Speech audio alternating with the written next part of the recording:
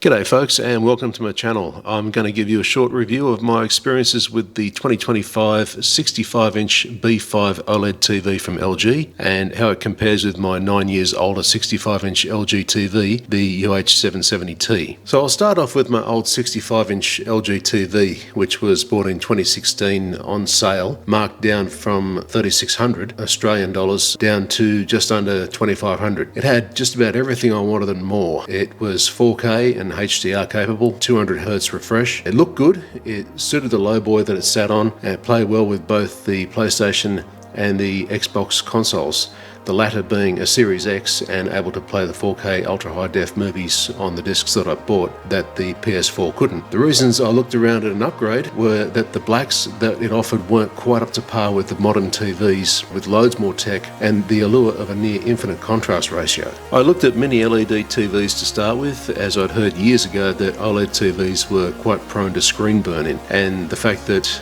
I use mine for everything but regular TV usage means that the likelihood of said burn-in would be even higher, given the fact that I'm using the TV more for gaming with burn-in potential from game interfaces and screen overlays while playing. So for this reason, I narrowed down my search to mini LED TVs and focused my research on these. Having found a good deal on a 65-inch mini LED TV which was on sale, I posed the questions to a sales guy at a local shop. One problem was that they didn't have any stock of the TV I was looking at, apart from floor models at various other stores around the country. He then turned my attention toward the OLED TVs and what they were capable of. I was apprehensive of these at first for the before mentioned reasons, and so asked the questions about burn-in. He showed me a list of the manifests of OLED TVs that had come and gone over the years, and not one had been returned for warranty for any reason. I figured I had a good track record with LG, so I thought I'd at least hear him out with his pitch. So after about 15 minutes of sweet talking, I'd been swayed. I'd settled on a LG B5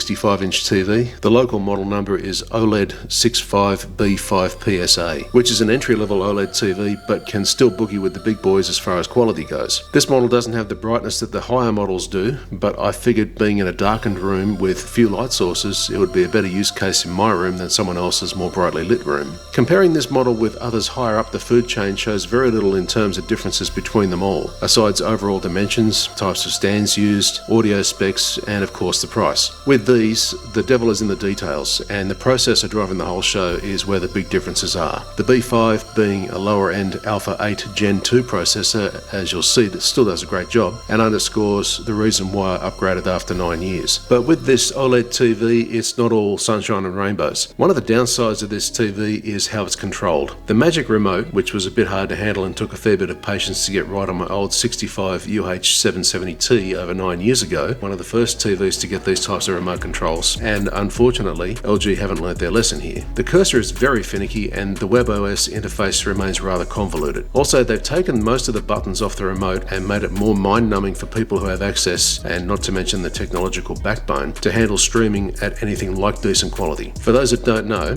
in Australia our NBN, or National Broadband Network, is based on far outdated tech and most of it isn't fibre optic. If you're unlucky enough to live in regional areas, you're stuck with fixed wireless connection, and most times there's no option for a hard cable solution. You're left with NBN's fixed wireless or another far more costly satellite-based option. We're likely to spend the next few decades playing catch-up with other countries who can do streaming a lot better than we can. Another slight nitpick about this particular TV is the stand. There's no problem with setting it up, but for a mounting solution it looks kind of janky and a bit cheap, and it illustrates that when you're going to make anything a budget price version, cutting corners is the norm, and here is where I feel the gloss is taking off an otherwise very nice OLED TV. At the sale price of $2,273 Australian, its bang for buck was very hard to beat. There's plenty of reviews on this TV already that discuss its features, so I won't go too much more into the details, but I'll let the TV do the talking.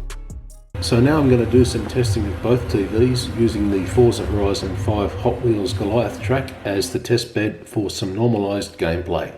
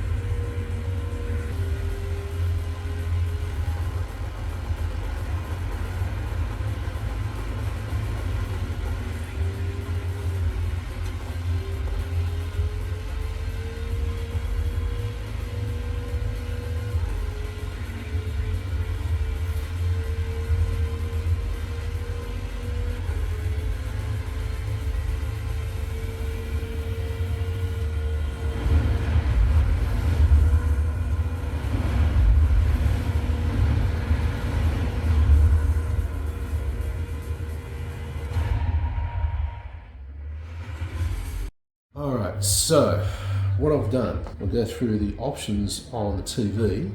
Now still on auto power save, okay? It's on energy saving for the brightness, even though this thing looks like it's incredibly bright. It looks like it's no energy saving at all. So what it is, I hate this magic remote. It's so all over the place. Go to settings, and we'll go to advanced settings. Right, so brightness, color, clarity, they're all untouched. General, I think, game optimizer, that was it. Now this should bring up a different interface. There we go. So what it is, game genre is still standard. OLED motion I had originally turned it off, then I switched it to on, now it's back to off again. But everything else is off. So VRR, G-Sync, Quick Frame Transport, QFT, FreeSync Premium's off, ALLM's off, and yeah, this is all the stuff that you would expect would attribute to having a nice smooth picture, which is so counterintuitive because everything here, it looks like everything's been turned on, but it isn't. Everything's off, and you're getting such a picture like we are right now. That's what really has me confused.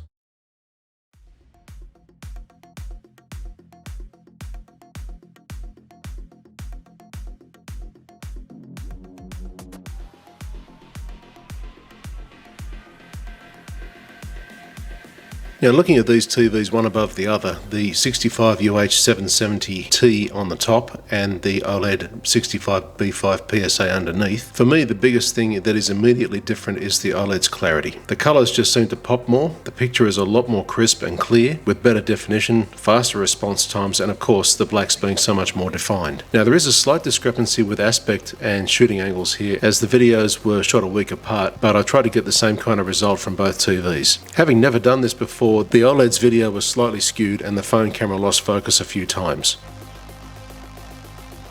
When I first played Forza Horizon 5 on the new OLED TV, it seemed to be jittery. Something wasn't quite right.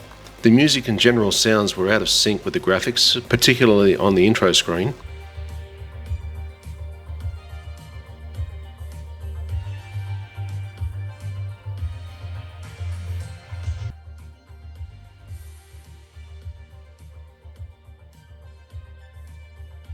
The map details seem to have some kind of inherent lag that the old TV didn't have. First of all, let's take a scroll through the screen. Look how much smoother and clearer that is. Before it was just dragging, it was trailing. And I can't understand why it was doing it, with all the effects that were there to stop it from doing that, well, supposedly anyway. So yeah, it's a whole lot crisper, a whole lot clearer, and God, this is such a better experience. And that got me wondering about the settings and how this OLED TV was responding to the switching of the settings in the Game Optimizer menu from one mode to another. Eventually I turned off all the modes and gave it a run, and it's been perfect ever since.